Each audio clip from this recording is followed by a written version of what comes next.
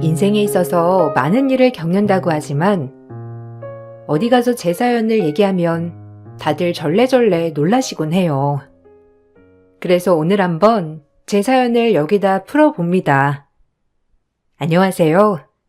올해 딱 40이 된 광주 사는 여성이에요. 만 나이 제도가 도입되면서 아직은 30대죠.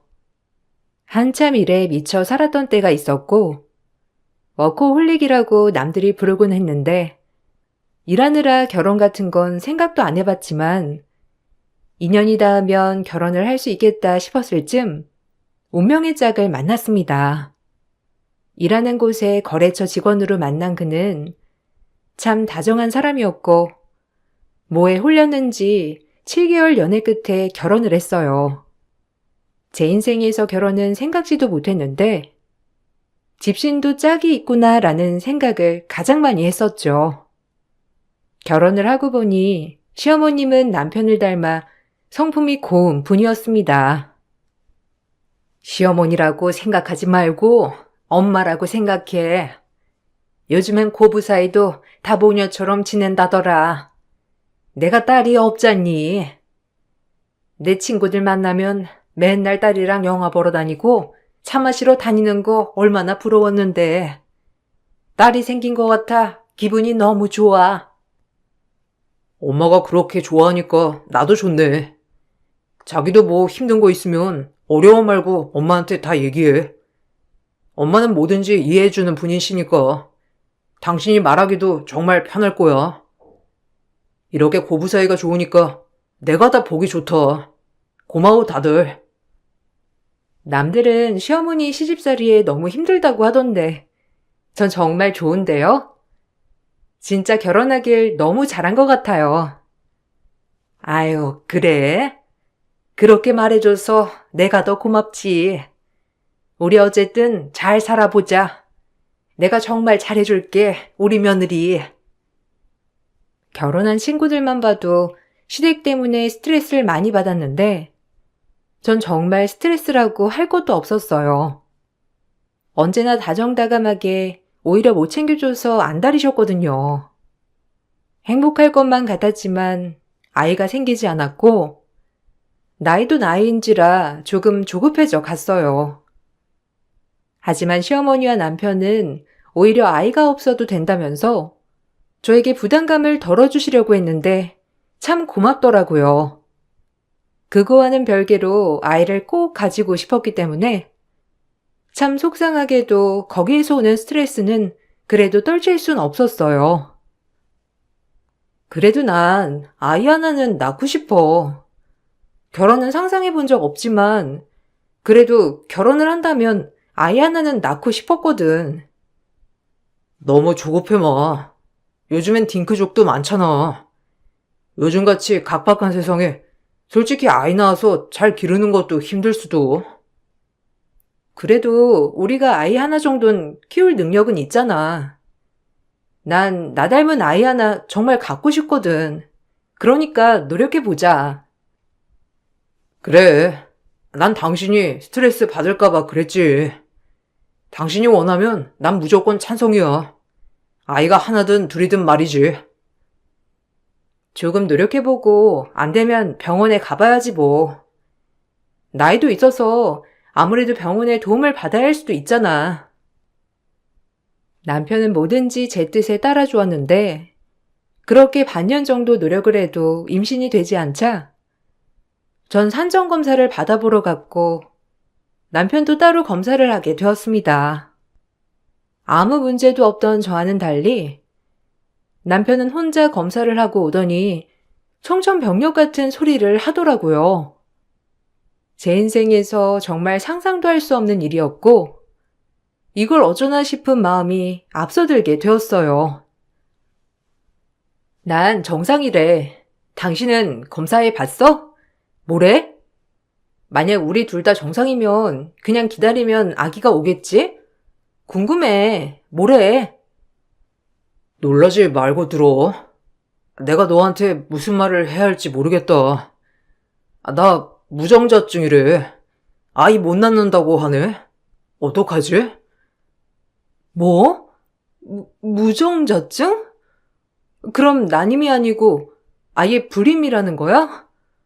어떻게 그럴 수가 있어? 자기 속은 괜찮은 거야? 무정자증이 충격이긴 한데, 나보다 자기한테 미안하지. 자기가 아기 정말 바라고 바랬잖아. 미안해. 면목 없다. 그러게. 정말 무정자증일 줄이야.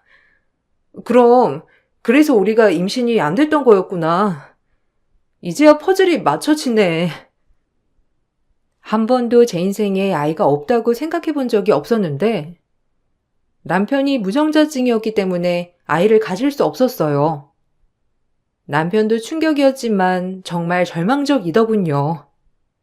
하지만 저보다 더 상심했을 남편이 걱정이 되었고, 하루 이틀 고민한 결과 마음을 비우기로 했어요. 이것이 내 운명이면 받아들여야겠구나 싶은 게 그냥 남편과 행복하게 살아야겠다고 생각했죠. 아이가 없는 상상은 해본 적 없지만 남편과 사이가 좋으니 노년에도 둘이서 행복하겠다 싶은 마음이 들더라고요. 나 받아들였어. 이제 괜찮아. 어쩔 수 없지 뭐. 우리 둘이 알콩달콩 행복하게 살자. 요즘 세상에 일부러 애 안 가지는 사람은 많은데 나도 딩크라고 생각하지 뭐. 그러니까 자기도 얼른 마음 추스르고 받아들이자. 어쩔 수 없지 뭐. 우리 둘이 잘 살아보는 거야. 고마워. 솔직히 당신이 상심했을 생각에 마음이 참 무거웠는데, 그래도 이렇게 긍정적으로 생각해줘서 면목 없다. 미안해 하지 마. 어쩔 수 없는 거잖아. 대신 늙어서도 우리 알콩달콩 살자. 아이 없어도 행복하게. 우리 둘이만 생각하면서. 당연하지. 난 네가 무조건 1순위야. 아이가 있어도 변함 없었겠지만, 그래도 이렇게 마음 먹어줘서 너무 고마워. 미안해하는 남편에게 부담을 주고 싶지 않아 밝은 척을 하였고, 이 소식을 접한 시어머니께서는 저희를 호출하여 방법을 하나 제시하셨는데, 사실 조금 부담스러운 방법이더라고요. 하지만 남편의 긍정적인 모습에 또 고민을 하게 되었어요. 다 들었다. 아휴, 내가 너한테 면목 없다 정말. 그래서 내가 생각해봤는데 요새 얼마나 불쌍한 애들이 많니? 괜찮으면 아이 하나 입양해서 키우는 게 어때? 좋은 일 한다고 생각하고 말이야. 아마 어쩌면 아이가 없는 게 이렇게 좋은 일 하라고 그랬나 보다. 내 주변에도 입양 가정이 있는데 얼마나 좋은지 몰라. 가슴으로 낳는 게 더 와닿는 데잖니. 나도 입양 같은 거 생각해보긴 했는데, 자기는 어때? 난 진짜 완전 찬성이야. 자기도 애 하나쯤은 키우고 싶어 했잖아. 입양? 한 번도 생각해 본 적이 없어서 잘 모르겠네. 일단 생각은 해볼게요. 이게 쉬운 문제도 아니니까 고민을 좀. 고민할 게 뭐가 있어. 원래 내가 낳지 않았어도 키우다 보면 다 엄마가 되는 거다. 엄마란 게 별거 있는 줄 아니? 어차피 아이 못 가지는데 입양하자. 나 진짜 좋은 아빠가 될 자신이 있어. 정말로. 자기만 허락한다면 바로 가능해.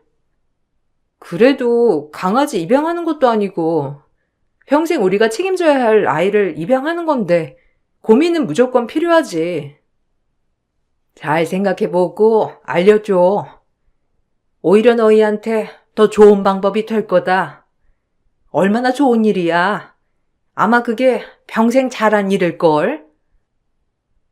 의외로 입양에 대해 호의적인 남편을 보자 생각이 많아졌고, 어차피 아이를 평생 가질 수 없다면 입양을 해보는 것도 나쁘지 않겠다고 생각이 들더라고요. 그렇게 저흰 입양을 하였는데, 시어머니가 보육원 봉사를 다니다 눈에 띄는 아이가 있다 하여 추천해줬고, 그 아이를 보자 저 역시도 마음의 문이 열렸습니다.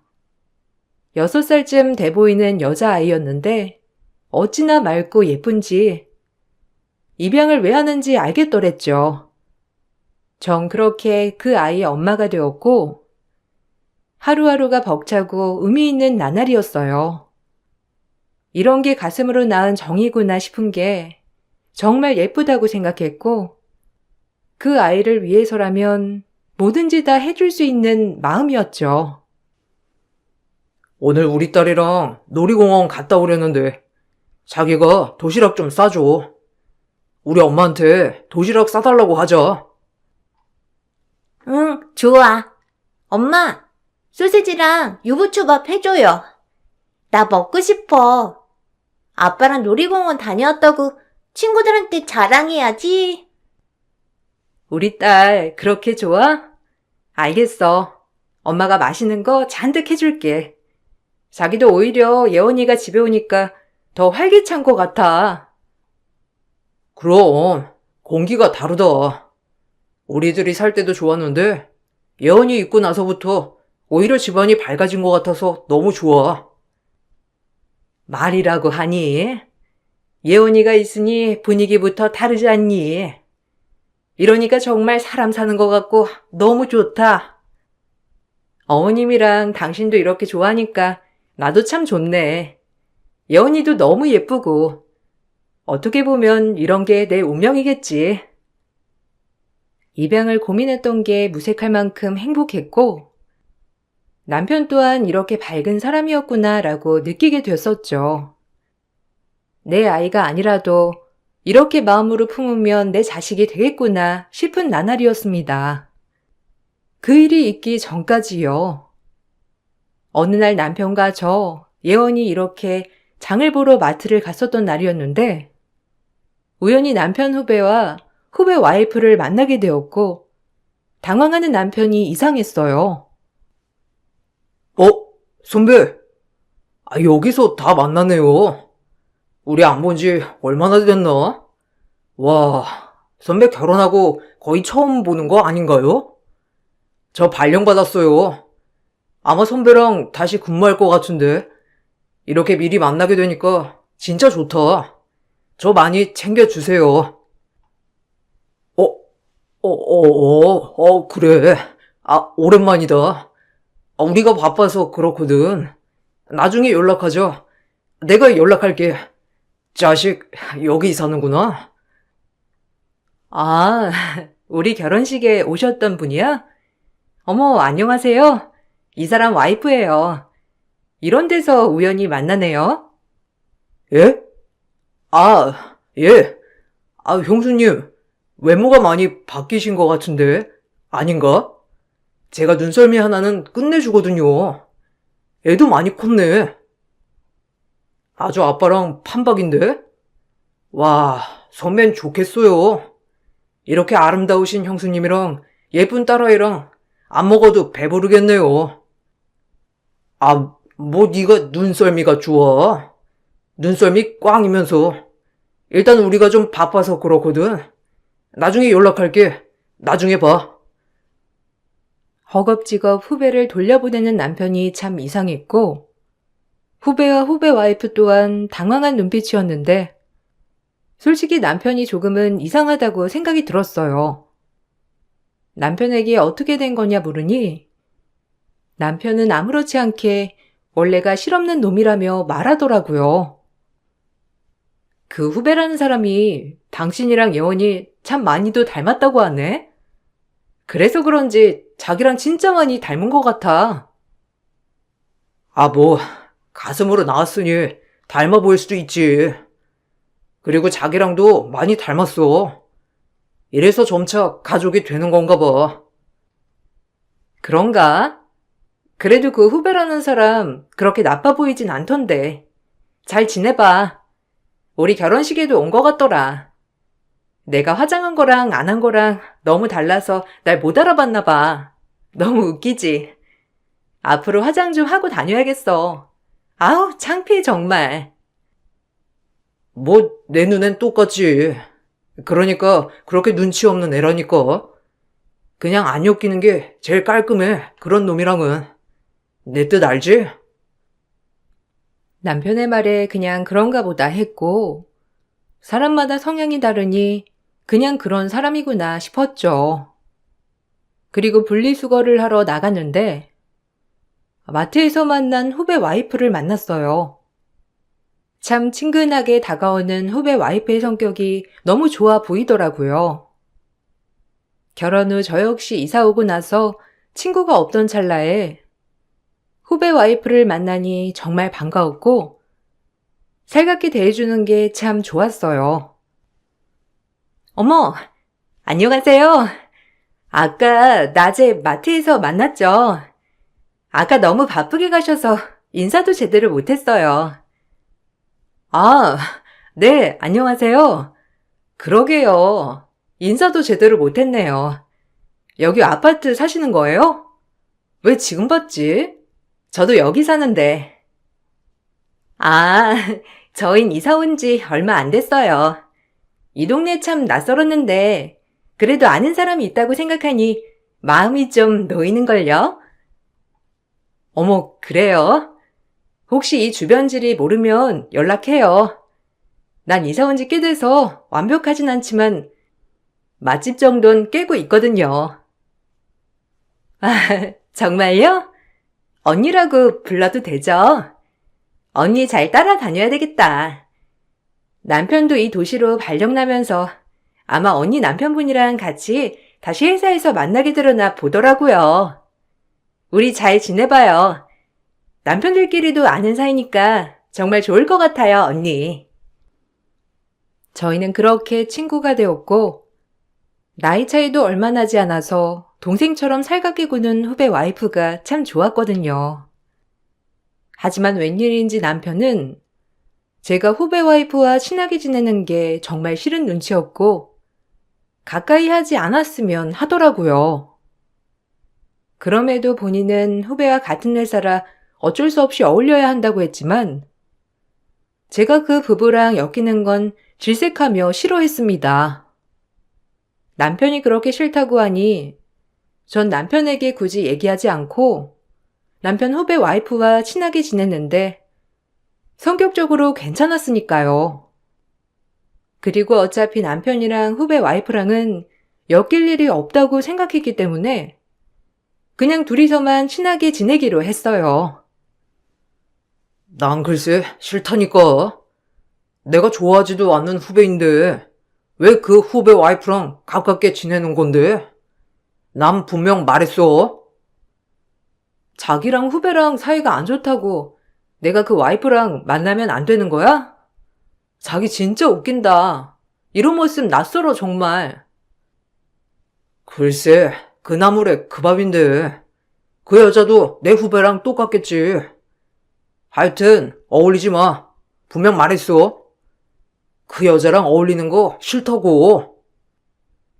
남편이 굳고 반대를 하니 후배 와이프와 어울리기 쉽지 않았지만 성격적으로 너무 잘 맞았던 사람이었기 때문에 남편 몰래 만나서 차도 마시고 얘기도 많이 하게 되는 나날이었죠. 그러다 문득 후배 와이프가 저에게 고백할 게 있다며 진지하게 얘기 좀 하자고 했어요. 전 그렇게 후배 와이프와 얘기를 나누게 되었고 정말 쇼킹한 사건을 알게 되었죠. 왜 남편이 후배 와이프와 어울리지 못하겠는지 그때서야 알게 되었는데 충격에 휩싸여 어쩔 줄 모르는 그때 엎친 데 덮친 격 친정아빠가 교통사고로 돌아가시는 일이 발생하였습니다. 저에겐 정말 충격적인 날이었고 가슴이 미어지는 날이었죠. 무슨 정신으로 장사를 치렀는지도 모른 채 장사가 끝이 났고 아빠 3일장을 치르고 오자 남편이 선심 쓰며 위로주라고 15년 된 산삼주 한 잔을 따라주더라고요. 너무나도 친절한 남편이었지만 전 그 속내를 알았기 때문에 분노에 떨 수밖에 없었죠. 당신 위해서 내가 특별히 여는 거야. 고생 많았지?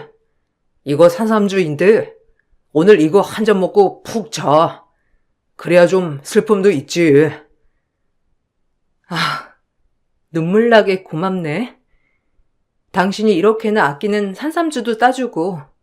그래, 잘 마실게. 당신 호의 잘 받아 먹어야지. 쭉 들이켜, 쭉.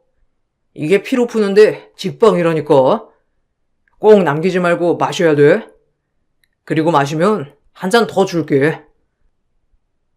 남편이 정말 보물단지 다루듯 아끼는 산삼주를 따라주는데 오늘이 그날인가 싶으면서 이상한 낌새에 심호장과 쓱 바꿨어요.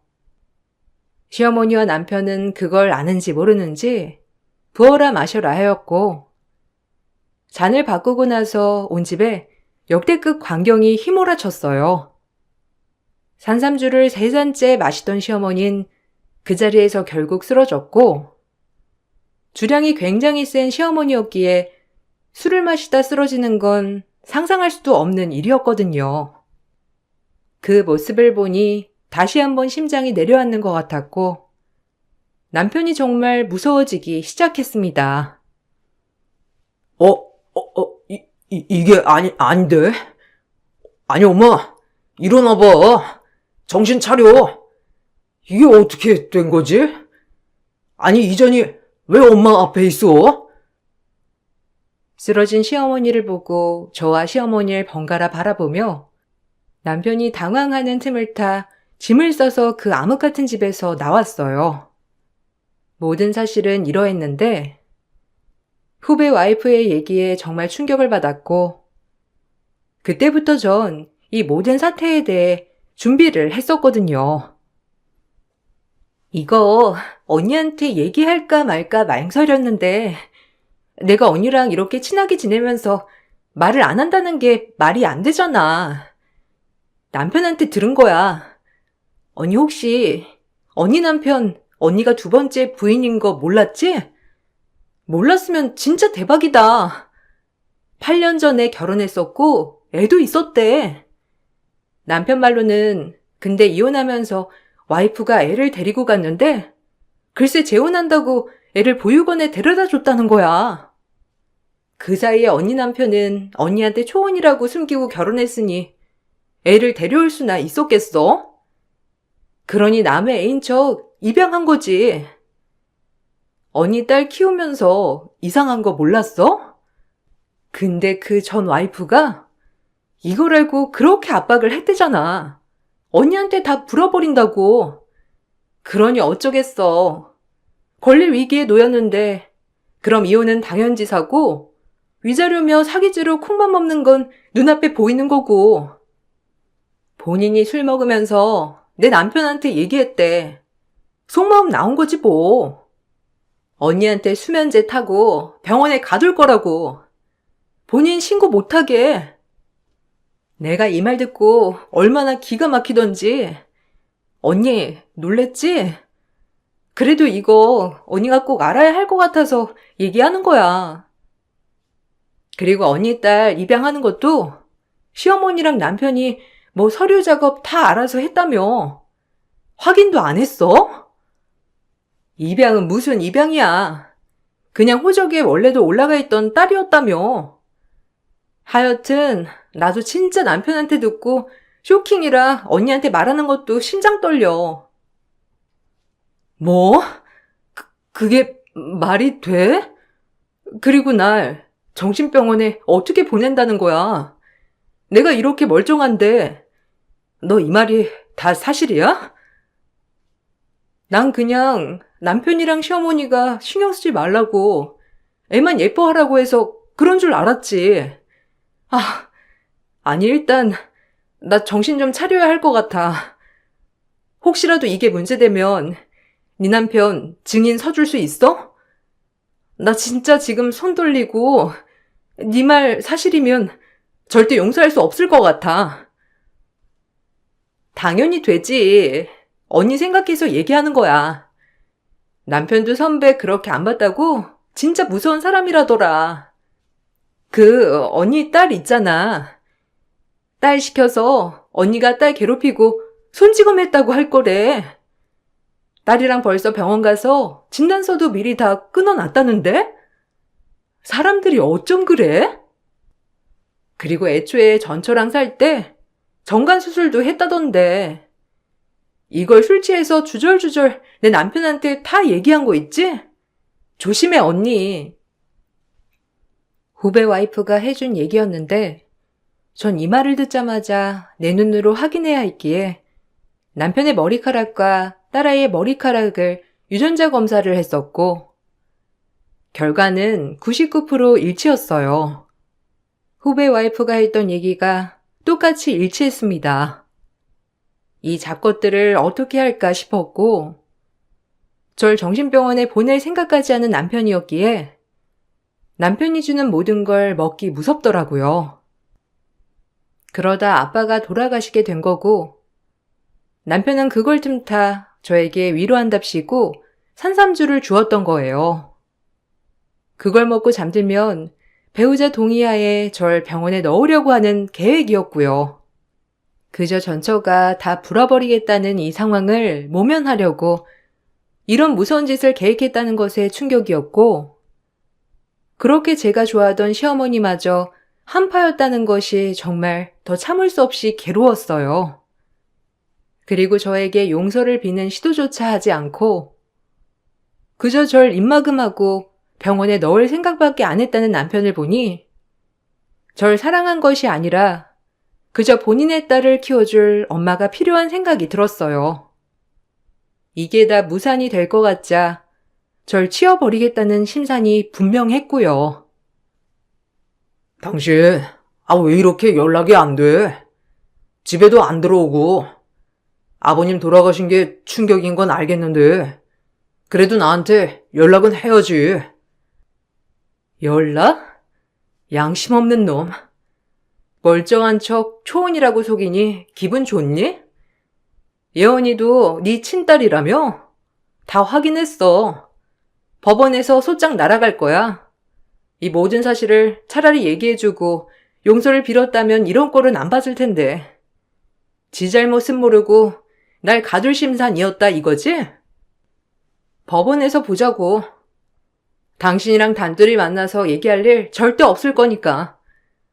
내가 이런 남자를 믿었다니 미쳤지. 뭐? 아니, 꿈꿨어? 무슨 헛소리야. 내가 당신을 병원에 왜 가둬? 오해가 있었나 본데 일단 집으로 들어와서 얘기하자. 병원이라고 얘기한 적 없는데? 웬 병원? 거봐, 당신의 본심이지 그게. 됐고, 내가 무슨 꼴을 당하려고 그 집에 들어가. 그날 산산주에 수면제 탔잖아. 어머니 먹고 바로 쓰러지는 거 봤어. 그리고 날 병원에 넣으려고 했겠다. 어디 한번 끝까지 가보자고. 그리고 무정자증? 애초에 너만 병원 보낸 게 잘못이지. 정관 수술해놓고 어디서 나한테 무정자증이라고 속여? 무정자증은 맞나? 정관 수술했으니 진짜 가지가지다 당신. 내가 지금 벌어지고 있는 이 일들이 정말 현실적이지 않아서 손 떨리고 놀라워.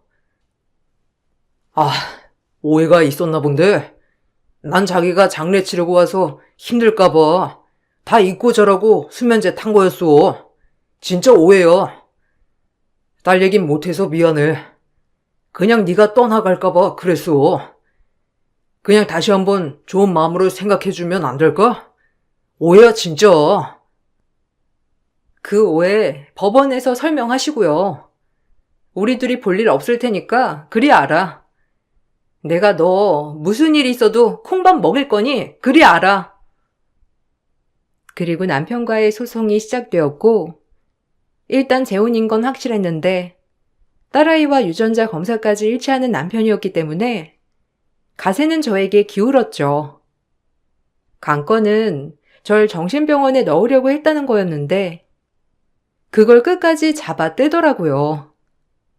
하지만 후배 남편은 제 남편과 통화한 내용의 녹취록을 들려주었고 남편이 후배에게 전화로 따지는 내용이었는데 그 과정에서 절 병원에 보내겠다는 얘기를 본인이 인정을 한 녹취였거든요.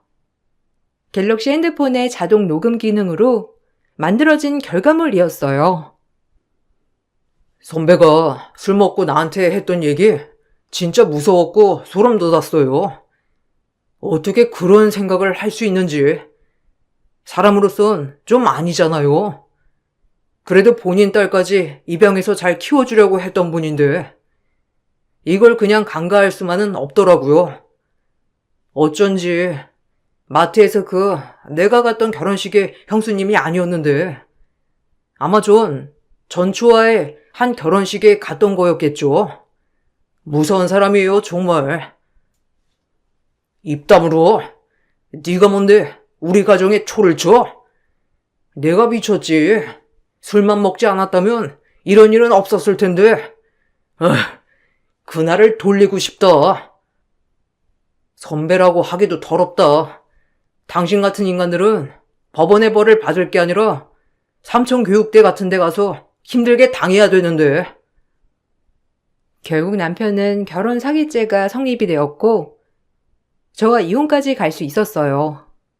시어머니와 남편은 저에게 막대한 정신적 위자료를 주어야 했고 결국 저에게 위자료를 주고 싶지 않았던 남편의 계획이 무산되어 결국 결과물이 이렇게 되었던 거예요.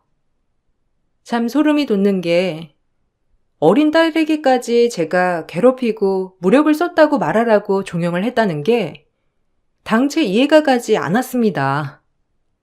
남편은 결국 모든 게 탄로가 나자 그제서야 저에게 무릎을 꿇고 사죄를 하였는데 진작 이랬으면 좋았을 걸 싶은 마음이었죠.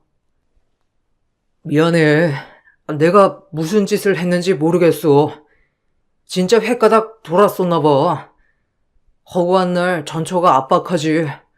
네 성격에 이거 알면 가만 안 있을 것 같고 그럼 또 나 고소한다 어쩐다 하는 통에 그냥 그게 무서웠어. 내가 그래도 그런 마음 먹지 말았어야 했는데. 그것뿐만 아니라 넌 정관 수술까지 받아놓고 무정자증이라고 나한테 거짓말했지? 그리고 네 딸 데려오려고 했던 거야. 애초에 나 만났을 때부터 돌싱에 애가 있다고 말만 해줬어도 이러진 않았을 텐데. 거짓말이 여기까지 온 거야. 그리고 애가 무슨 죄니? 애한테 그런 거짓말까지 시키고. 너도 너지만 예언이도 참 무섭더라. 어린 나이에 눈 하나 깜짝 안 하고 거짓말을 하려고 했다니. 그에 비해 그 딸인가? 이래서 머리 검은 짐승 거두지 말란 말이 딱이야. 내가 얼마나 잘해줬는데. 미안하다, 진짜. 한 번만 용서해주면 안 될까? 내가 이렇게 빌게. 그리고 진짜 다시 시작하는 마음으로 평생 사죄하고 살게. 니네 엄마도 와서 나한테 사과하라고 그래. 내가 잠만 바꿔치기 안 했어도 난 지금 병원에 들어가 있겠지? 무서운 인간들. 제발 용서해줘. 그냥 지금은 네 용서만 바랄 뿐이야. 내가 어떻게 하면 될까? 네가 하라는 거 다 할게. 그러니까 용서만 해주라. 남편은 결국 벌을 받게 되었고 절 정신병원에 보내려 한 것은 죄를 받지 않았습니다. 미수에 그치기도 했고 어디까지나 본인의 생각뿐이었으니까요. 그저 저에게 거짓말을 하고 사기 결혼을 한 것, 절 기만한 것에 대한 죄만을 받게 되었죠. 이혼과 함께 위자료, 그리고 사기죄로 형사처벌을 받게 되었는데 이 과정이 참 힘들었습니다.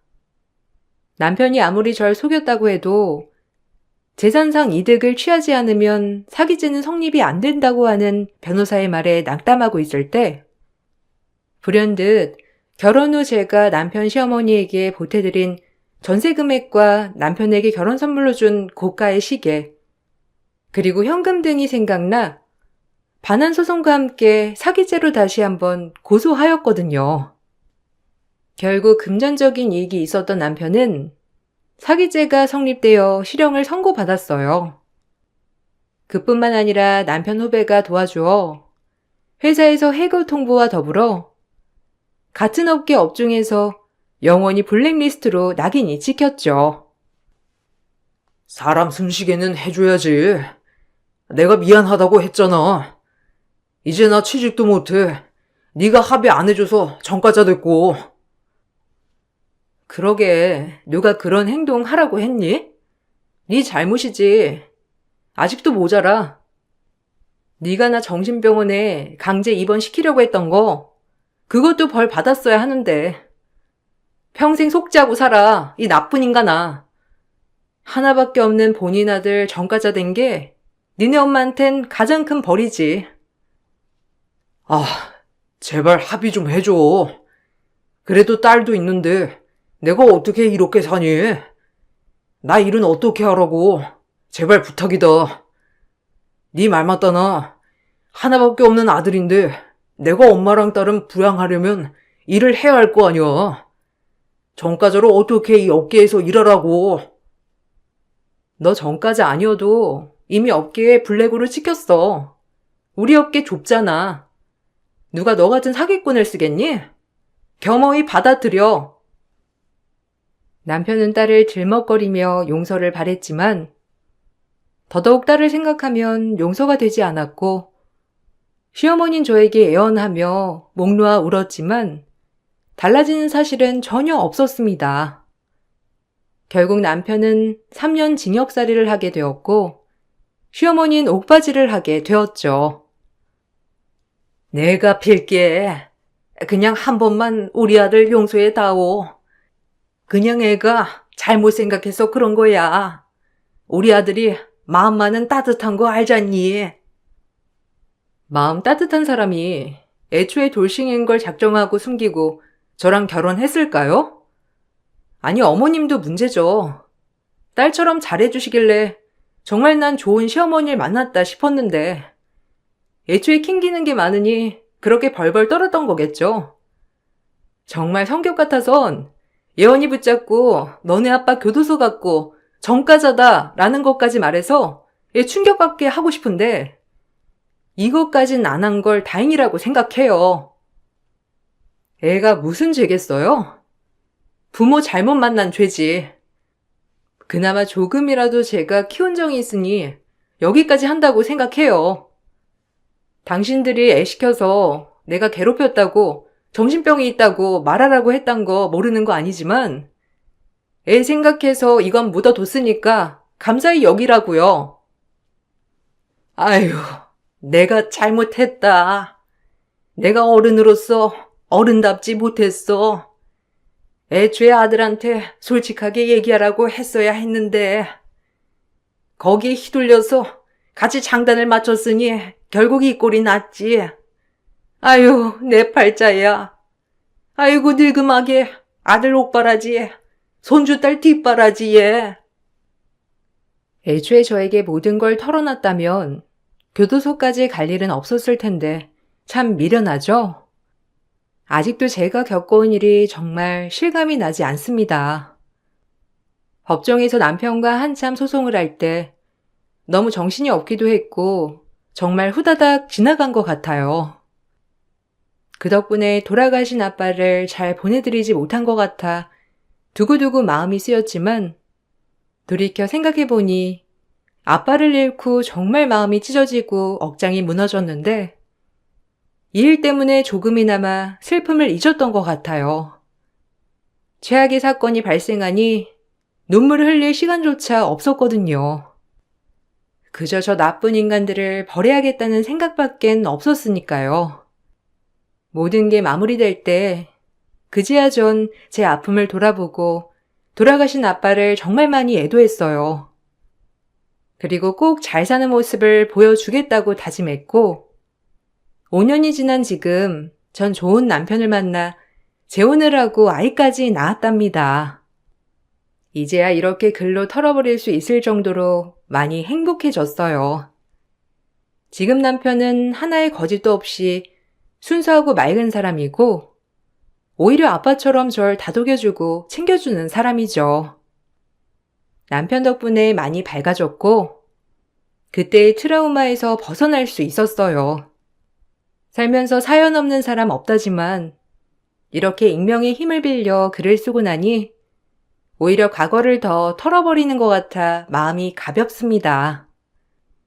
한 번뿐인 인생 참 많은 걸 경험했다고 생각하려고요. 여러분들 혹시나마 제 글을 들으시고 위로받으셨음 해요. 저도 이렇게 지금은 잘 살아내고 있으니 안 좋은 일을 겪으신 분들도 미래는 희망차다는 걸 알고 계셨음 합니다. 그럼 이만 글을 마칠게요. 안녕하세요. 저는 현재 서울에 살고 있고 결혼 1년 차가 된 신혼인 여자입니다. 인생을 살다 보면 별의별 일을 다 겪는다곤 하지만 작년 명절에 어이없는 상황을 경험해서 사연을 신청하게 되었습니다. 올해가 얼마 남지 않다 보니 다음에 다가올 명절이 벌써부터 기대가 되는데요. 그 이유는 제 밑으로 두 동서가 있는데 먼저 결혼 생활을 시작하고 있었어요. 그리고 둘 다 로펌 변호사로 활동을 하고 있는 중이죠. 둘째 동서가 먼저 둘째 시동생과 결혼을 했고 둘째 동서의 소개로 막내 시동생과도 결혼으로까지 이어지면서 두 동서의 사이는 더 돈독해지게 된 것 같아요. 남편과 결혼 전에 두 동서가 같은 대학 선후배 사이로 상당히 오랜 기간 친밀한 관계를 유지해 왔었다고 들었어요. 그래서 그런지 처음 남편과 결혼을 하기 위해 시댁에 인사를 드리러 갔을 때 두 동서가 서로 가까이 붙어 있는 모습을 확인할 수가 있었어요. 그런데 저를 바라보는 시선들이 약간 경계하는 것 같은 느낌이 들더라고요. 그런 눈빛들이 크게 신경이 쓰인 건 아니었는데 남편과 결혼을 하고 나서부터 두 동서의 행동들이 제 심기를 불편하게 만들었습니다. 서로 잘 지내면 좋겠지만 제가 시댁 집안의 큰 며느리로 들어오면서부터 두 동서들은 저에 대한 불만이 상당히 많았어요. 자신들이 그동안 만들어온 체계가 저로 인해 깨지게 되는 것처럼 느끼고 있는 듯 보였습니다. 두 동서들과 결혼 초부터 안 좋은 관계를 만들고 싶지 않아 최대한 친근하게 다가가려고 저 나름대로 노력을 했어요. 그런데 두 동서들과 친해지는 건 상당히 어려웠습니다. 일부러 대놓고 거리를 두면서 시댁에서 일상 대화하는 것 외엔 개인적인 말은 일절하지 않았어요.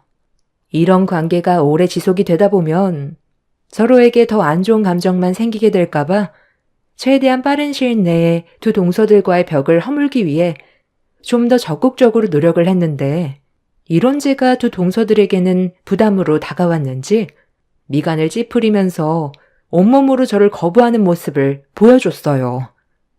형님이 저희와 가까워지고 싶어 하는 건 알겠는데요. 굳이 그렇게 할 필요 없어요. 저희는 형님과 딱히 가까워지고 싶지 않거든요. 아버님 댁에 오면 그냥 조용히 할 일만 하고 돌아가세요.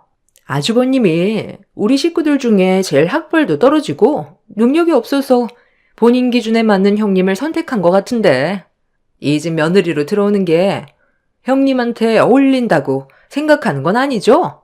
제가 형님이었으면 결혼 포기했을 것 같은데 아무리 눈치가 없어도 그렇지. 저희가 대놓고 싫어하는 티를 냈는데도 형님은 끝까지 아주버님과의 결혼을 강행하더라고요. 하긴 나이가 한 살 한 살 먹어갈수록 당연히 마음이 급하긴 하겠죠. 더 늦었다간 평생 노처녀로 살아갈 테니까요. 형님 입장 충분히 이해는 되지만 형님이 들어오기 전에는 집안 분위기도 상당히 좋았는데 형님이 새 식구로 들어오면서부터 모든 게 불편해져서 표정 관리가 잘 안 돼요. 사람은 수더분해 보이는데 머리는 든 게 없을 것 같아 집안의 격을 떨어뜨리는 것 같아서 그냥 다가오지 않았으면 좋겠어요. 큰 아주버님 하나도 감당이 힘든데 똑같은 사람이 한 명 더 들어왔으니 속 터지는 건 당연한 거죠. 저희 남편은 소아과 의사고 둘째 아주버님은 금융업에 종사하시는데 큰 아주버님은 반도체 설비 보수 일해서 우리에 비해 쥐꼬리만한 월급을 받고 있잖아요. 제 일주일 용돈벌이밖에 안 된다는 말을 들었을 때 큰 아주버님을 주변인들에게 제 체면이 있어서 소개를 시켜주고 싶지 않더라고요. 그 돈이면 평생 혼자서 사는 게 좋을 것 같아서 어머님한테도 집안의 격을 떨어뜨리게 되는 며느리감을 데리고 올 거니 결혼은 웬만하면 안 시키는 게 좋을 것 같다고 했었거든요. 그런데 아주버님이 갑자기 대형 사고를 치게 될 줄은 꿈에도 몰랐네요. 그러니까 동서들은 내가 이 집 며느리로 들어온 게 상당히 마음에 들지 않다는 거네? 동서들은 법조인인 변호사고 서방님들은 의사에 금융회사 다니고 있는데 나랑 결혼한 그이는 설비보수 엔지니어고 나까지 보잘것없는 인물이라 그래서 무시한다는 거지? 이제 감이 좀 잡혀요? 저희가 왜 가까이 하지 않으려 하는지요. 어느 정도 대화 수준이 맞아야 상대를 하죠. 그러니 제발 부탁인데요. 아버님 댁에서 모임이 가지게 되면 그냥 조용히 형님 할 것만 하고 돌아가세요. 그게 피차 서로 편한 거예요. 내가 이래서 법을 다루는 사람들을 그리 좋아하지 않아. 사자 직업을 가지고 있는 사람들 보면 지들이 뭐 좀 되는 인물인 줄 안다니까. 모두가 다 그런 건 아닐 테니 동서들은 다를 줄 알았는데 그건 내 생각이었네. 처음에는 두 동서들과 최대한 좋게 대화를 이끌어가고 싶었지만 법을 다루는 사람들이 윗사람을 대하는 행실이 너무 실망스러워서 저도 모르게 목소리 톤이 높아졌고 두 동서들과 안 좋은 대화를 주고받게 되었습니다. 제가 처음 시댁에 인사를 왔을 때 느꼈던 감정 그대로 두 동서들의 성격은 너무 날카로웠어요. 그리고 말끝마다 저희 남편을 무시하는 말들을 하는데 제가 남편과 결혼하기 전에는 동서들이 남편을 얼마나 무시하면서 살아왔을지 안 봐도 눈에 훤했습니다. 다들 적지 않은 나이를 먹었으면 나이값을 해야 되는데 하는 짓들이 애들보다 못해서 따끔하게 문제를 지적했어요. 제 말이 동서들도 기분이 안 좋았는지 목소리가 높아지자 시모가 주방으로 들어와 중재를 해주셨어요. 동서들은 주방으로 들어온 시모를 보자마자 저에 대한 불만을 쉬지 않고 쏟아냈어요. 어머님, 제가 뭐라고 했어요? 이 결혼 무조건 아니라고 했었죠? 제가 사람을 한두 명 만나는 것도 아니고 딱 보면 질이 좋은 사람인지 아닌지 단번에 알 수 있다고 했잖아요. 그래서 어머님이 며느리로 받아준다면 집안에 불화가 생기게 될 거라고 했는데 지금 보세요. 제 말이 딱 들어맞잖아요. 저도 형님으로 인정을 못하겠어요. 어느 정도 유식해야 대우를 해주지. 말귀도 못 알아듣는 무식쟁이를 제가 형님으로 받아줄 이유는 없죠. 그럼 나랑 너희 시아버지가 생각 없이 허락을 했다는 거니? 너희들이 얘기하는 걸 들어보면 그네를 며느리로 들인 게 잘못이라는 건데 이 결정을 누가 내렸니? 니들이 마음에 들지 않는다고 나까지 큰 며느리에게 안 좋은 감정을 만들 필요 있어? 내가 봤을 때 니들이 더 덜 떨어진 것 같은데 암만 법지식이 많으면 뭐해. 인성이 글러먹었는데 최근에 우리 집에서 몇 번 식사 모임을 가지는 동안 내가 유심히 지켜봐오면서 느낀 건 니들이 큰 며느리보다 지식적으로 배운 게 많다고 은근히 무시하고 뭘 물어봐도 대답도 잘 안 하더라. 니들이 새로 들어온 큰 며느리를 대놓고 무시를 하는데 그럼 뒤에서 내가 안 볼 때 내 욕도 엄청 많이 하겠네.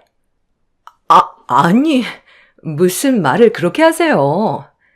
저희가 왜 어머님을 무시하는 말을 하겠어요. 며느리로 들어온 이후부터 지금까지 어머님 험담한 적 단 한 번도 없었어요. 네가 했는지 안 했는지 내가 두 눈으로 본 것도 아닌데 어떻게 믿을 수가 있겠니? 배운 사람일수록 행실을 조심해야 되는 거야. 한국 땅덩어리가 얼마나 좁은지 너희들도 잘 알고 있지?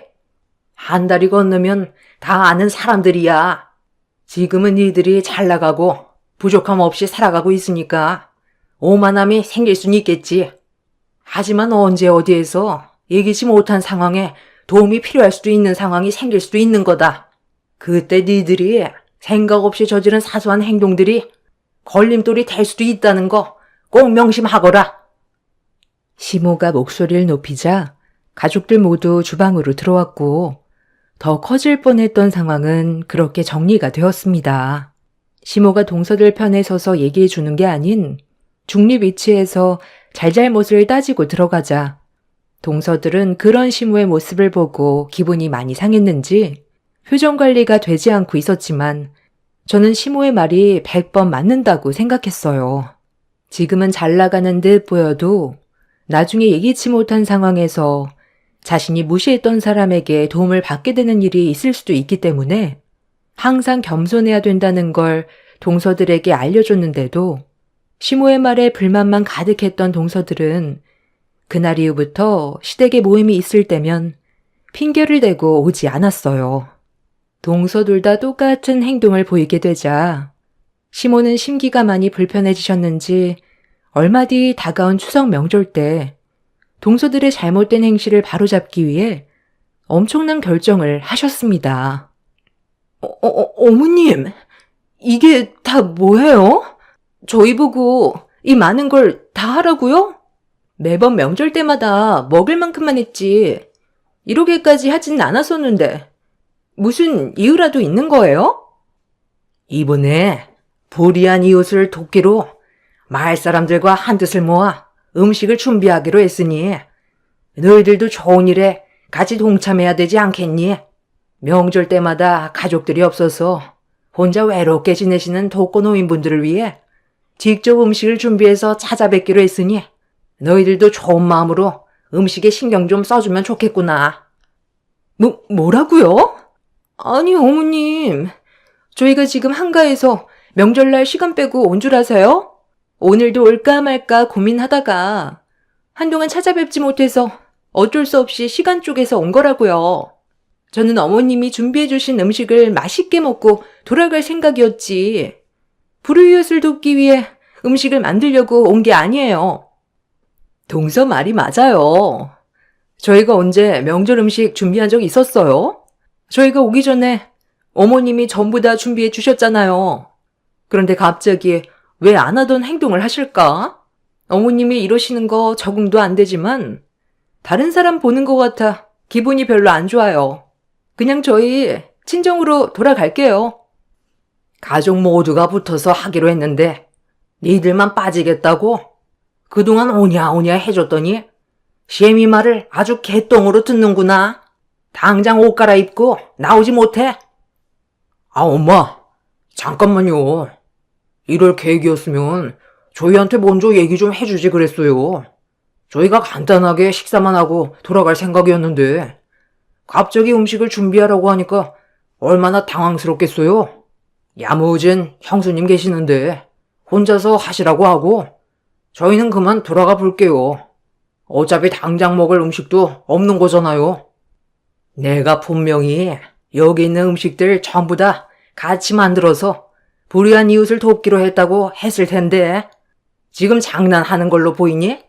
2번 얘기하게 하지 말고 시간 없으니까 서둘러 음식 준비해라.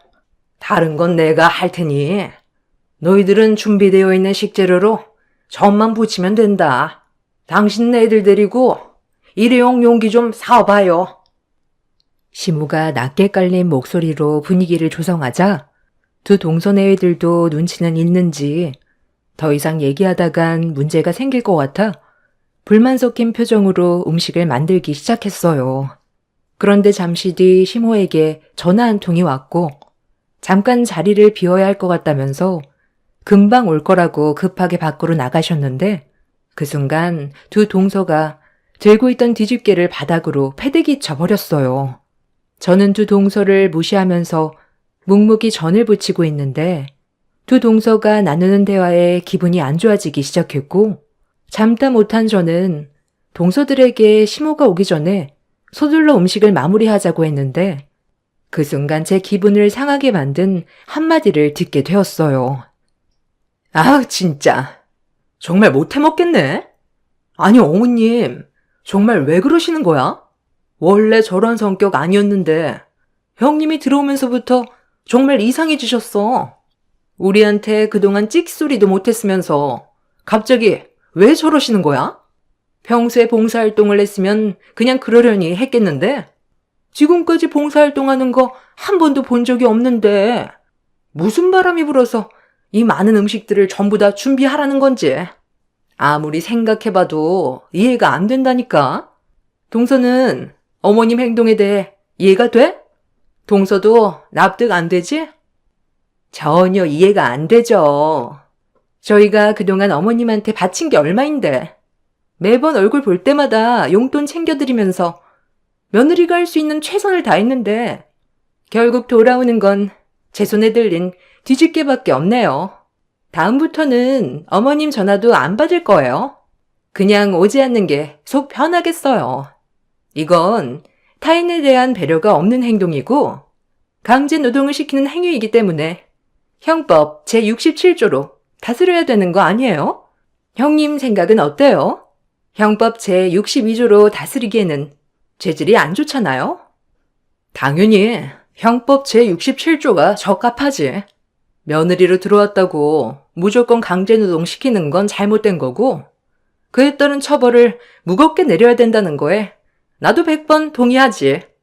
우리나라 법은 너무 물러 터졌어. 며느리를 너무 우습게 한다니까. 우리가 법을 다루는 변호사인 걸 완전히 잊어버리셨나 봐. 그런데 제 얼굴에 뭐 묻었어요? 아니, 왜 그렇게 쳐다보세요? 아, 우리가 무슨 말을 하는지 못 알아들어서 그런 거구나? 저희 법조인끼리 나누는 대화니까 형님은 그냥 조용히 전이나 붙이세요.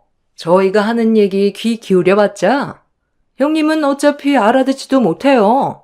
무식하면 몸으로라도 때워야 어머님한테 사랑을 받지 않겠어요? 열심히 노력하는 모습이 아주 보기 좋네요. 계속 땀 흘리면서 열심히 전 붙이세요. 저희는 할 만큼 했으니 여기까지만 하고 좀 쉬어야 할 것 같네요. 동서, 우리 잠깐 바람 좀 쐬고 올까? 아유, 좋죠. 머리가 나쁘면 몸이 고생한다더니. 큰형님 인생도 참 불쌍해요. 먹고 살기 위해 사업한다고 발버둥 치는 것 같은데 입에 풀칠할 정도의 돈벌이는 되세요? 돈이 되겠니? 아무리 나 알고 기어봤자 우리를 어떻게 따라와. 사업을 크게 하는 것도 아니고 손바닥만하게 가게 하나로 돈벌이가 되겠어? 내가 그동안 계속 참고 있었는데 니들 도대체 뭘 믿고 그렇게 설치는 거야? 변호사가 엄청 대단한 직업인 줄 아는데 그래봤자 로펌에 소속되어 있는 직원 나부랭이 아니야? 월급 받아먹고 사는 주제에 뭐가 그렇게 잘나서 윗사람에 대한 예의는 조금 더 찾아볼 수가 없네. 정말 내가 이런 말까진 안 하려 했는데 쬐깐한 후배년들이 선배 앞에서 방금 뭐라고 그랬어? 형법 62조? 이깟 일 좀 시켰다고 어머님을 재판에 세우겠다는 거야? 뭐야? 니들 서울법대 나왔다고 했지? 몇 학번이야? 내가 너희들 까마득한 선배야. 법대 나와서 이렇게 살고 있는 모습을 보니까 아주 우스워 보이지? 어머님이 전에 뭐라고 하셨어? 대한민국 땅덩어리가 손바닥만 하기 때문에 행실을 똑바로 해야 된다고 하지 않았어? 그런데 너희들은 눈앞에 보이는 겉모습만 보고 사람을 판단해? 그러고도 너희들이 법조인이냐? 내가 웬만해선 서울법대 나왔다는 얘기를 하지 않으려 했는데 니들 하는 행동들이 우리 학교를 먹칠하는 것 같아서 도저히 그냥은 못 넘어가겠다. 저도 처음에는 법조인의 꿈을 키웠습니다. 그 이유는 딱 하나였어요. 변호사가 돼서 대형 로펌에 들어가 많은 돈을 벌고 싶었고 남들의 부러움의 대상이 되고 싶었습니다. 그런데 시간이 지날수록 제가 가는 길이 원하는 길인 건가 싶더라고요. 법을 좋아하고 변호사가 꿈인 사람들도 있겠지만 그때 당시 제 주위에서만 봐도 돈도 잘 벌고 사회에서 변호사라고 하면 인정받고 살 수 있어서 선택하는 사람들이 대부분이었습니다. 그리고 로스쿨 졸업도 하지 않은 친구들이 벌써부터 변호사 된 것 마냥 거만해져서 타인을 무시하고 법으로 상대를 누르려는 모습들을 보니 저도 나중에 그런 사람이 되어 있을까봐 두렵기도 했어요. 배우면 배울수록 저와는 맞지 않는다는 걸 느끼게 되었고 돈이 되지 않아도 하고 싶은 일을 하면서 사는 게 좋을 것 같아 대학을 졸업 후 큰 결정을 하게 되었고 가족들 모두 제가 법조인이 되지 않겠다고 하자 난리가 났었죠. 저희 집안의 유일한 희망이었고 장녀였기 때문에 저에게 거는 기대가 상당했었는데 힘들게 대학교를 졸업까지 했으면서 로스쿨에 들어가지 않겠다는 말에 부모님께서는 쓰러지셨습니다. 하지만 저는 가족이 원하는 삶을 살기보단 제가 원하는 삶을 살고 싶었어요. 그래서 새로운 도전을 다시 처음부터 시작을 하게 되었던 거고, 그 과정들이 쉽진 않았지만 시간이 지날수록 제가 걷고 있는 길에 대한 확신이 들었습니다. 부모님께서는 제가 힘든 결정을 내린 만큼 잘 되길 바라는 마음에 필요한 것들을 도와주셨어요. 그렇게 마음속으로만 품고 있었던 요식업에 뛰어들게 되었고, 늦게 출발한 만큼 남들보다 더 열심히 하려고 노력했어요. 그리고 그 결과 저는 현재 국내에만 한식 체인점이 50개 점포가 자리를 잡았고 지금도 꾸준하게 성장 중에 있습니다. 해외에도 7개의 점포를 오픈한 상태입니다.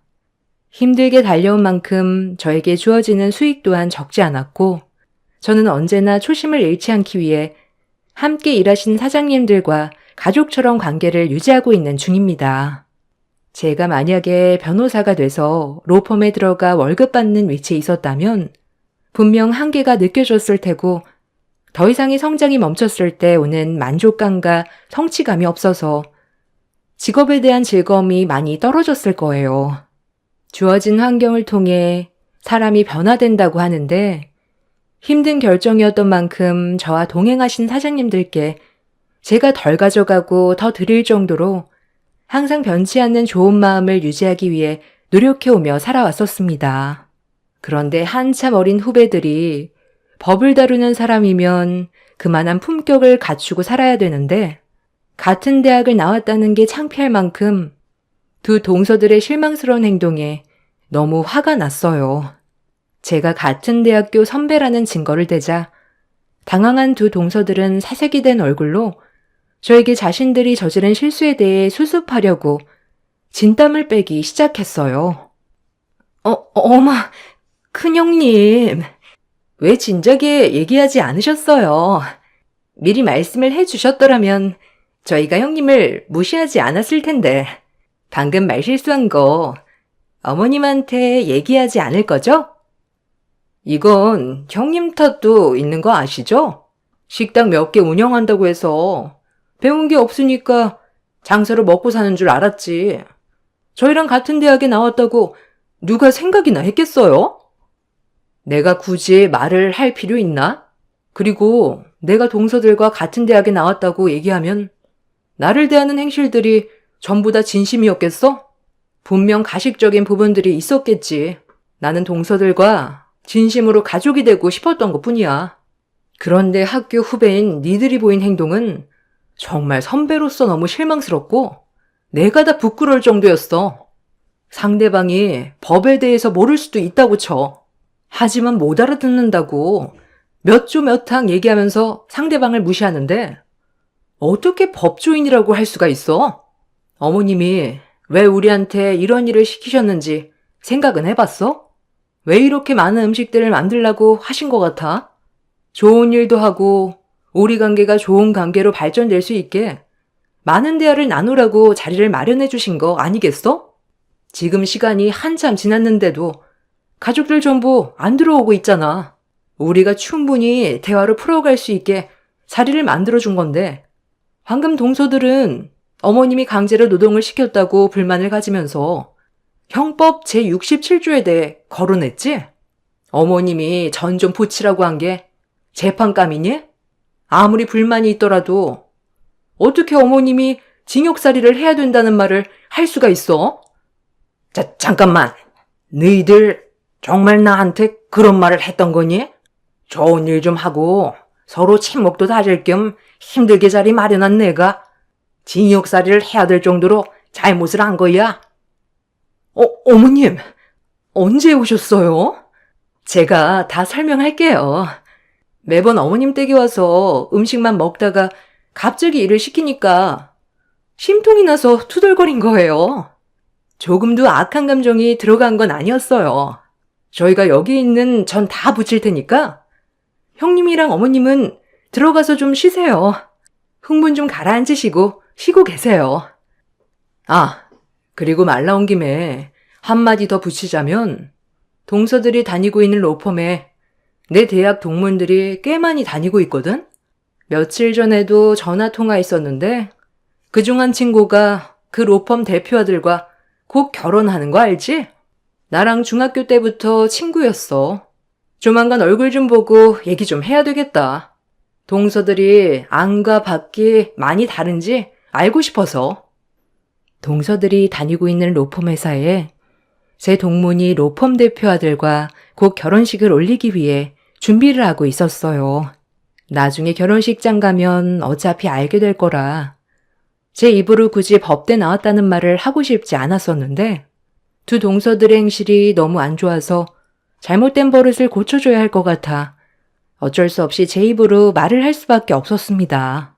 동서들은 뒤늦게 자신들의 행동에 대해 가족들에게 용서를 구했고 사람 쉽게 변하지 않는다는 거 잘 알고 있지만 일단 두고 보고 있는 중입니다. 그날 이후 두 동서들은 틱소리하지 못하고 시모가 시키는 일이면 적극적으로 움직이고 있어요. 그리고 깍듯하게 예의 바른 행동을 보이고 있습니다.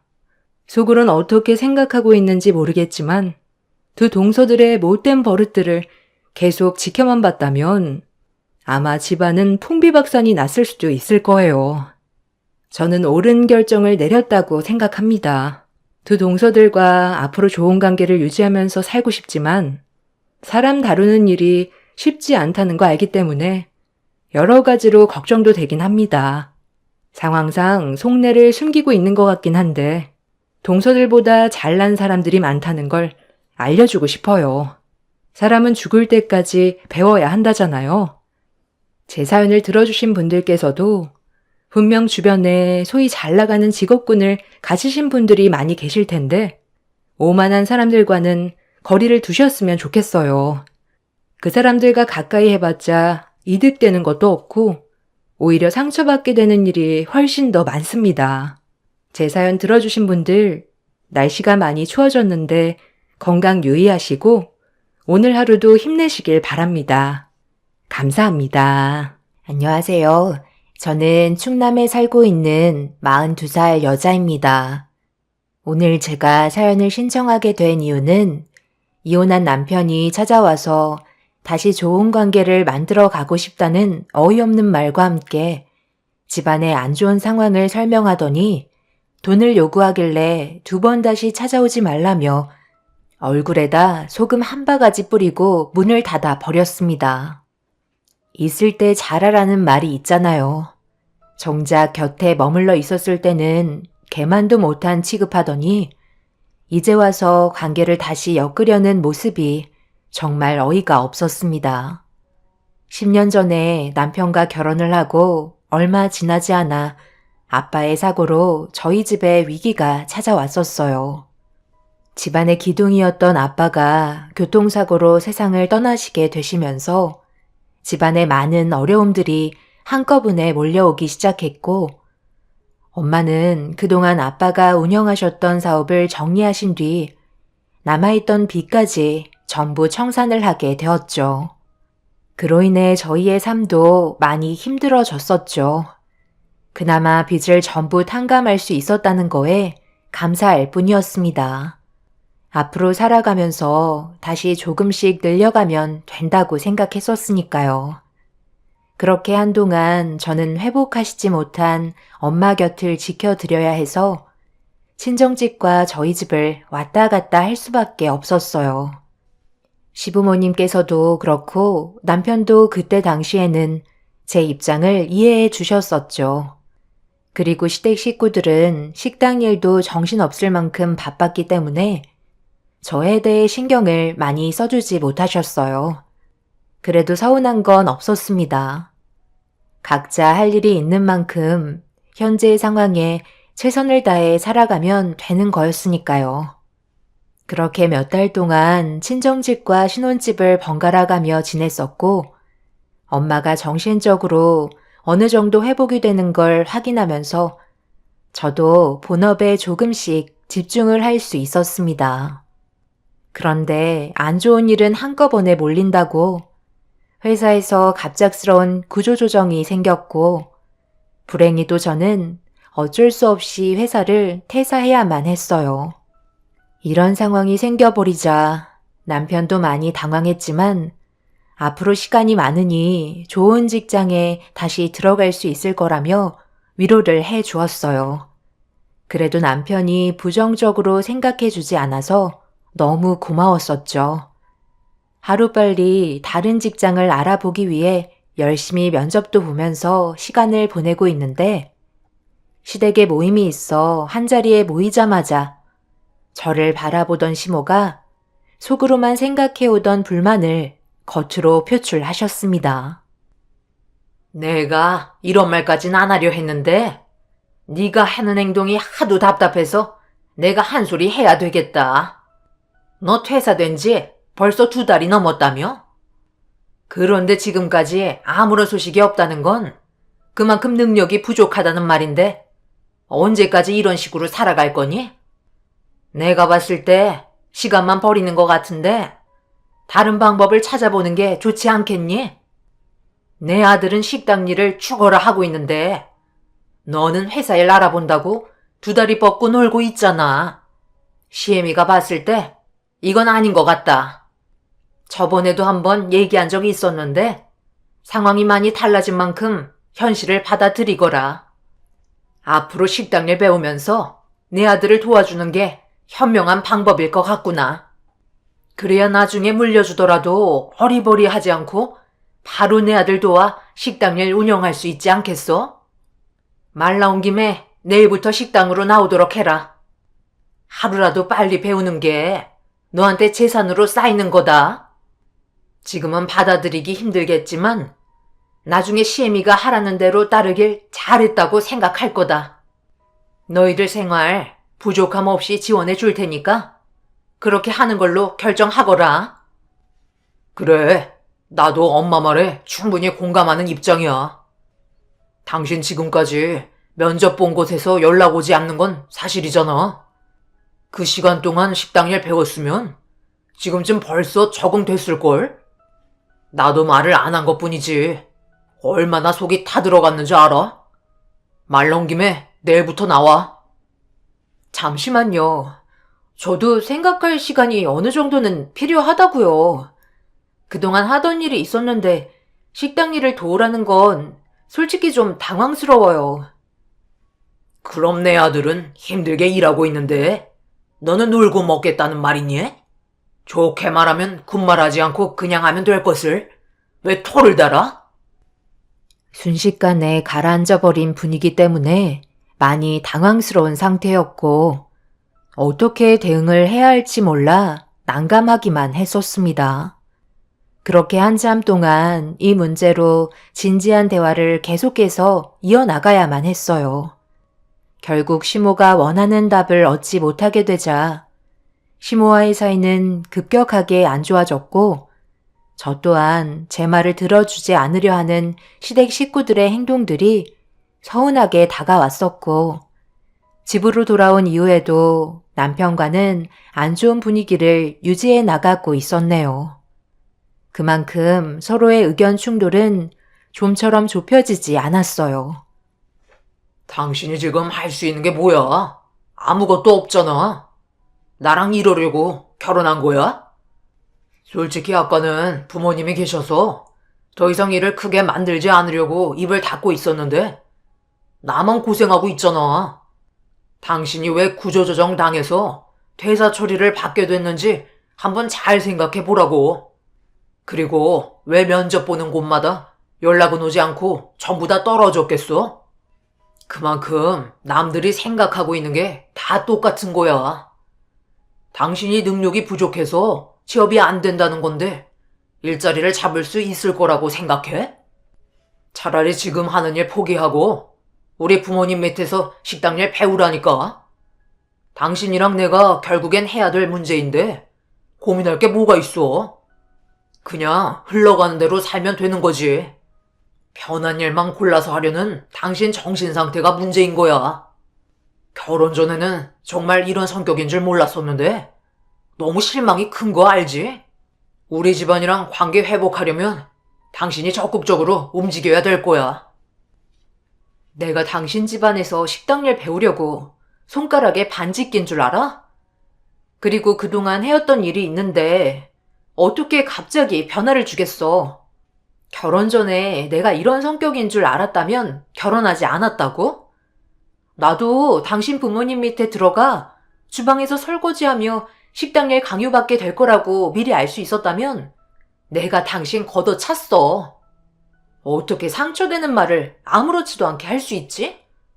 사람마다 각자 하고 싶은 일이 있는 건데 그걸 강제적으로 변화시키려면 누구나 거부감이 들지 않겠어? 나는 식당 일 돕지 않을 거야. 그럼 언제까지 이런 식으로 살 건데?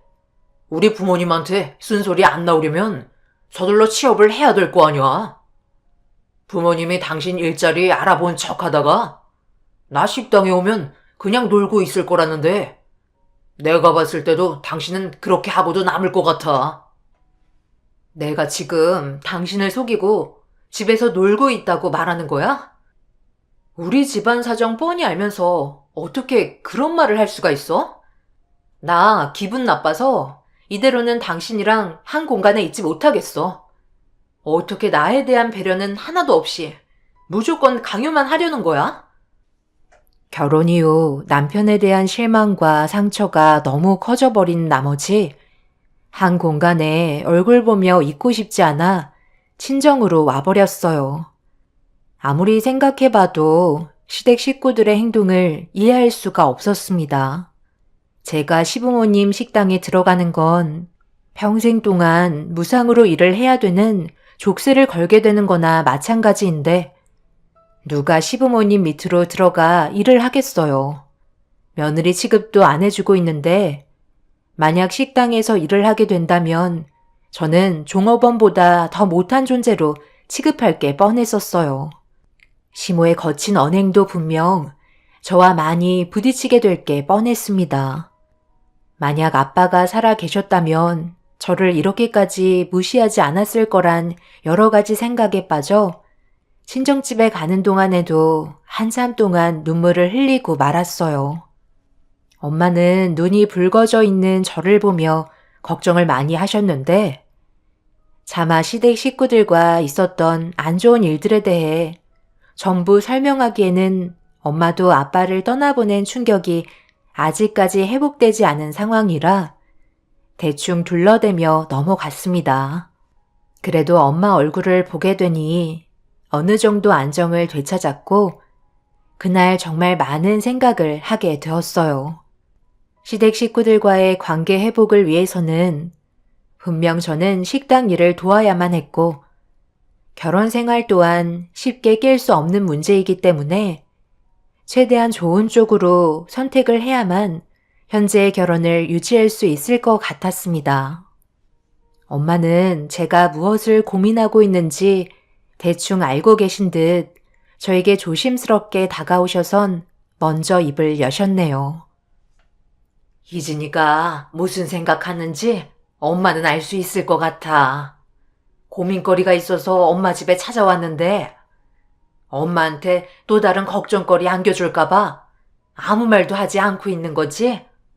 김서방이랑 여러 가지로 안 좋은 일들이 있었나 본데 해결할 수는 있는 거고?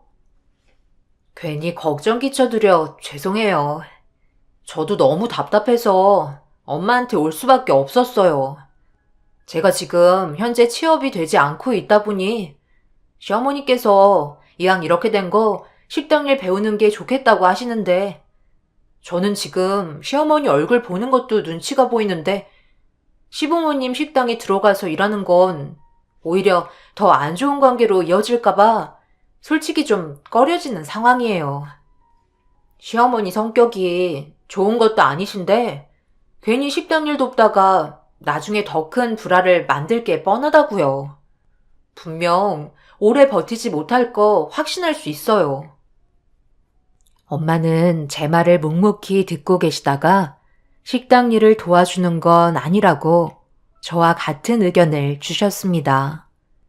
그동안 해왔던 일도 있는데 그걸 포기하고 시부모 밑에 들어가 다시 처음부터 시작하는 건 좋은 방법이 아닌 것 같다며 저와 같은 생각을 하셨어요. 좋은 직장에 들어가기 위해 일자리 또한 신중하게 알아보라며 시간이 다 해결해 준다고 저에게 힘을 실어 주셨습니다. 엄마는 항상 제 편에 서서 말씀해 주시는 모습이 정말 감사했었어요. 그래서 확실하게 결정할 수 있었고 더 이상 고민할 필요도 없이 제가 원하는 일을 하기 위해 한동안 엄마 집에서 지내면서 많은 곳에 면접을 볼 수 있었고 심적으로도 안정을 되찾을 수 있었어요. 남편은 제가 걱정도 안 되는지 전화 한 통 없이 서로의 관계는 점점 멀어질 수밖에 없었네요. 저도 남편에게 받은 상처가 컸기 때문에 먼저 연락을 주고 싶지는 않았어요. 그런 관계가 지속되던 어느 날 면접을 보게 된 한 회사에서 연락이 오게 되었고 같이 일해줬으면 좋겠다는 기쁜 소식을 들을 수 있었습니다. 제가 면접을 보면서도 꼭 입사하고 싶었던 회사라 기쁨은 2배가 되었었어요. 그래서 엄마한테 곧바로 전화를 한 뒤에 좋은 소식을 전해드린 뒤 급하게 친정으로 향했었네요. 그런데 집에 도착하자마자 제 눈앞에 상상하지 못한 전개가 펼쳐지게 되면서 경악을 하고 말았습니다. 오래간만이다. 그동안 연락 한 통 없더니만 아주 때깔이 좋아졌다. 우리 걱정은 하나도 안 됐나 봐. 언제까지 이런 식으로 살 거야? 사돈이 그러시는데 면접 합격했다며? 괜찮은 회사에 입사했다고 하던데 그럼 식당 일은 아예 할 생각이 없다는 거지? 저는 처음부터 말씀드렸잖아요. 제가 하고 싶은 일을 하는 게 좋다고요.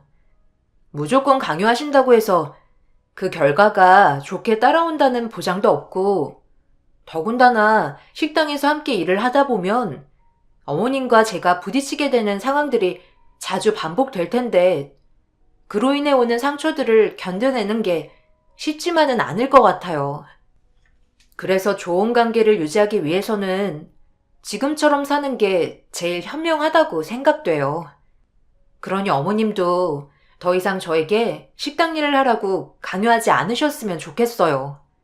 마음에서 우러나와 적극적이지 못한다면 분명 식당에서 오래 일을 하지 못할 거고 그에 따른 불만들을 가지게 되시겠죠.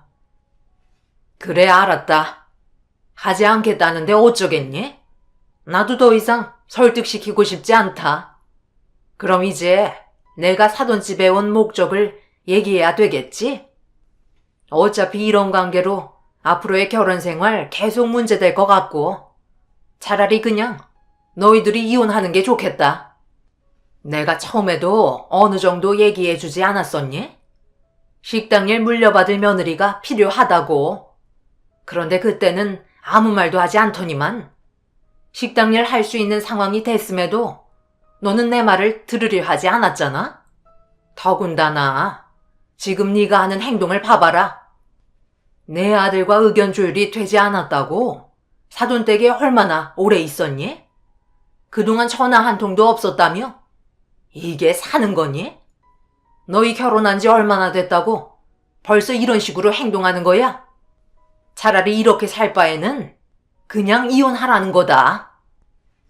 사돈, 그건 애들이 알아서 할 문제죠. 살다 보면 당연히 삐걱거릴 일들도 생기기 마련입니다. 제 딸도 이제 본업에 집중할 수 있는 회사에 다시 재취업했으니 좋은 관계 유지할 수 있지 않겠어요? 둘의 의견이 중요한 상황이니 저희는 뒤에서 지켜보는 게 좋을 것 같네요. 아까도 설명드렸지만 제 딸이 저희 집에 머물러 있는 동안 김서방 걱정을 많이 했어요. 그래서 오늘 저와 함께 저녁 먹고 다시 들어가기로 대화가 끝난 상태이고요. 그러니 너무 극단적으로 생각하지 마시고 어느 정도 시간을 둔 뒤에 해결하지 못한 부분에 대해 차차 정리해 나가도록 합시다. 김서방 먹으라고 파김치 만들고 있었는데 이제 무치기만 하면 되니 사돈도 가져가서 맛 좀 보세요. 이왕 오신 김에 같이 저녁이나 한 끼 드시고 가시면 좋을 것 같네요. 그리고 희진아, 엄마가 지갑을 어디에 뒀는지 찾지를 못해서 그러는데 10,000원만 빌려줄 수 있겠니? 오늘 두통이 너무 심해서 약국에 좀 다녀와야 할 것 같다. 엄마 갔다 오는 동안 희진이 네가 사돈 좀 잘 챙겨드리고 대화 좀 나누고 있어라. 사돈도 정신을 어디다 두고 다니시길래 지갑도 못 찾아서 시집간 딸한테 약값을 10,000원이나 손벌려요? 정말 한심하시네요. 시모의 한마디에 저는 너무 어이가 없어서 화를 내고 말았어요. 지갑을 어디에 뒀는지 깜빡할 수도 있는 건데 그걸 가지고 엄마한테 막말을 퍼부으신 시모의 행동이 저를 흥분하게 만들어 버렸습니다. 이런 상황이 되자 시모는 더욱더 화를 내기 시작했고 누가 파김치를 먹고 싶어 했냐고 엄마가 다듬던 쪽파를 전부 다 바닥으로 내팽개 치셨어요. 시모의 행동은 저와 남편이 이혼하게끔 만들려고 아예 작정을 하시고 오셨다는 걸 확실하게 알 수 있었습니다.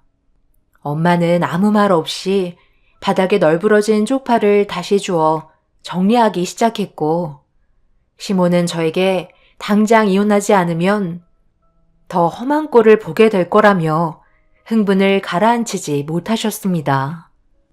결국 저 또한 참아왔던 분노가 터지면서 시모에게 그동안 하지 못했던 말들을 쏟아내고 말았어요.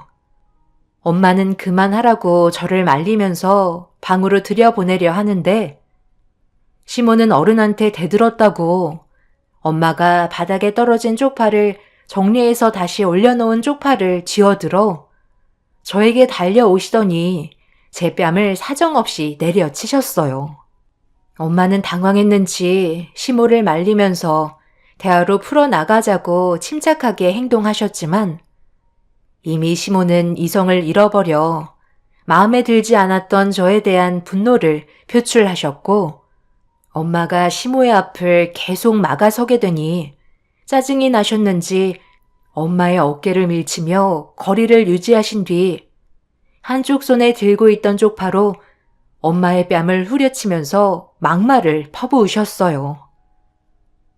남편도 없는 과부 주제에 어디서 지금 나를 막아서는 거야? 내가 비키라고 하지 않았어? 한 번만 더 막으면 그땐 쪽파로 양뺨을 후려칠 줄 알아? 나는 오늘 버릇없는 며느리를 반죽으로 만들 생각이니까 내 앞을 가로막지 마시오. 당신이 뭔데 내 딸을 건드는 거야? 가만히 있으니까 내가 아무것도 아닌 것처럼 보여? 어디서 지금 남의 집에 와서 행패를 부리고 있어? 어른이면 어른답게 행동을 해야지.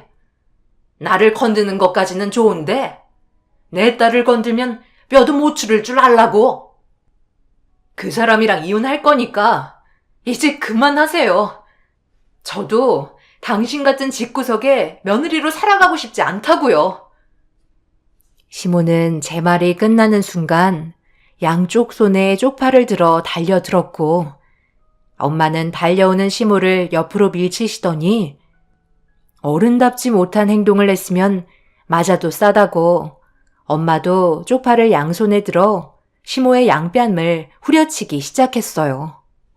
엄마는 양쪽 눈을 감고 시모를 향해 사정없이 쪽파를 휘둘렀고 시모는 엄마의 돌발 행동에 많이 당황했는지 조금씩 뒤로 물러나면서 이리저리 피하고 있었습니다.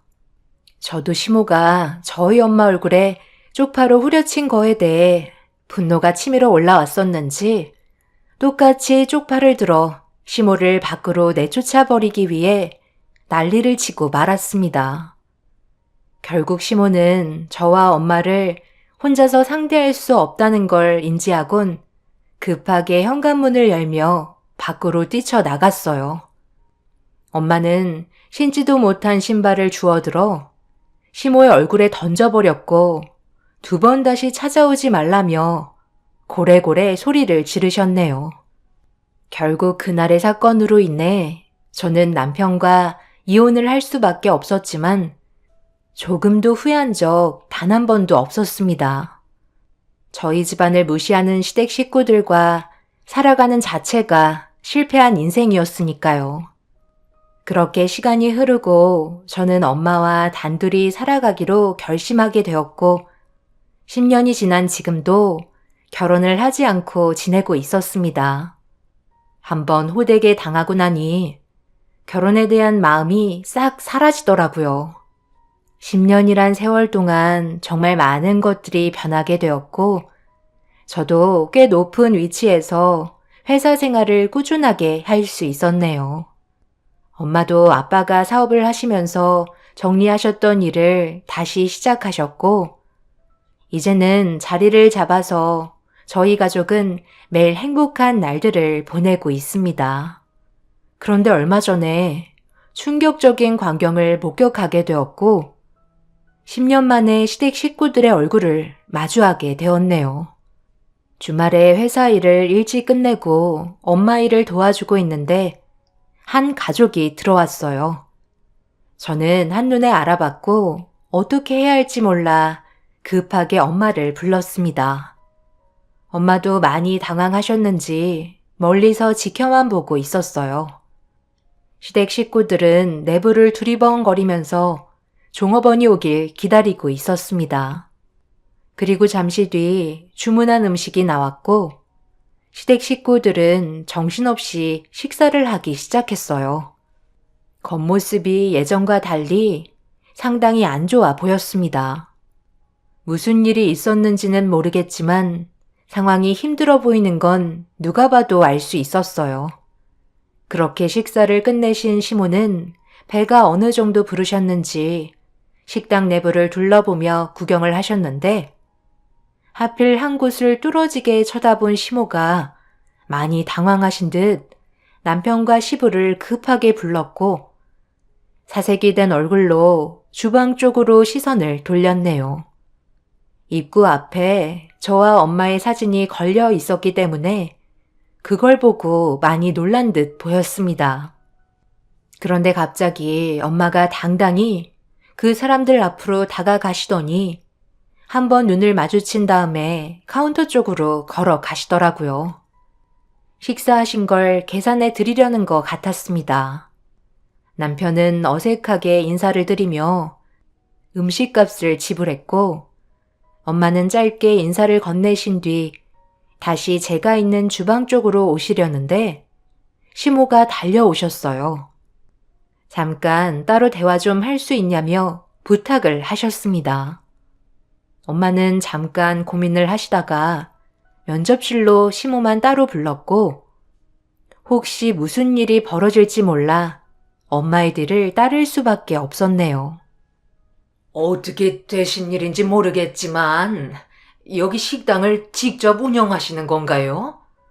사돈께서 원래 식당을 예전부터 하셨어요?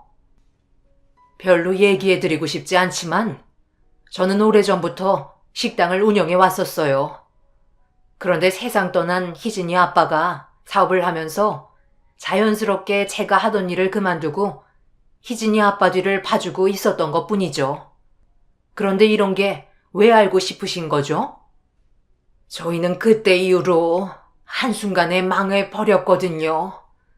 건물이 화재가 나면서 보상도 받을 수가 없었어요.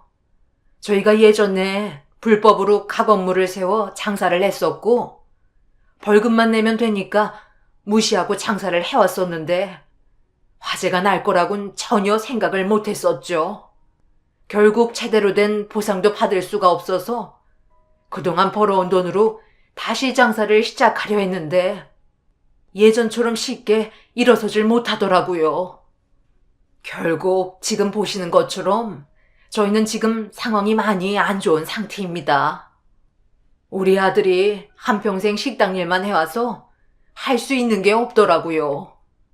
그러다 보니 기술이라도 배우려 했지만 그것 또한 적성에 안 맞는지 금방 그만두더라고요. 그런 상황들이 계속해서 반복이 되면서 아들은 인력사무소 일용직 일밖에 할 수 없었고 모아두었던 돈들도 전부 바닥이 나서 지금 저희 가족에게 남은 건 빚밖에 없네요. 제가 이렇게 따로 얼굴 뵙고 얘기하자고 했던 건 그래도 예정이란 게 있는데 저희 가족의 안 좋은 사정을 봐서라도 불쌍히 여기셔서 여기 식당에서 자리를 잡을 수 있는 시간을 벌어주시면 안 될까요? 그때 그 난리를 치고 가셔놓고 이제 와서 저희한테 뭘 바라시는 거죠? 좋은 말이 나가지 않을 거라는 거 알고 계시잖아요. 시모는 그때의 일은 미안하다고 사정사정하며 빌고 있었고, 엄마는 아무 말도 하지 않고 시모를 바라만 보고 있었습니다. 시모는 자리에서 일어나 엄마의 손을 잡으며 간절히 부탁을 하고 있는데, 갑자기 탁자 위에 있던 크리스탈 명패를 보곤 기겁을 하면서 벌벌 기기 시작했어요. 식당을 운영하는 사람들이라면 한 번은 받아보고 싶은 도지사에게 인정을 받은 음식점 지정서였습니다. 지역을 대표하는 향토 음식 관광 전문점으로 소문이 나면서 도지사님이 찾아오셨었는데 그때 향토 음식점 지정 명패를 만들어 주셨었죠. 시모도 식당을 운영했기 때문에 이번이 기회라고 생각했는지 많은 것들을 배우고 다시 식당을 차리고 싶다며 한 번만 기회를 달라고 애원하고 있습니다. 하지만 저희 가족은 단호하게 거절을 하게 되었고, 시모는 저와 이혼한 남편을 시켜 저희 집에까지 찾아오게 만들었네요. 다시 시작하지 않겠냐고 그동안 못해드렸던 사위의 역할을 제대로 한번 해보고 싶다며 간절히 부탁하고 있습니다. 뜸들이고 밥이 되니 맛있어 보였는지 침을 흘리면서 다가오는 시댁 식구들이 정말 끔찍하네요. 저희 가족은 절대 받아줄 일 없을 테지만 끈질기게 접근할 것 같은 이 사람들을 앞으로 어떻게 처리하면 좋을지 그게 걱정입니다.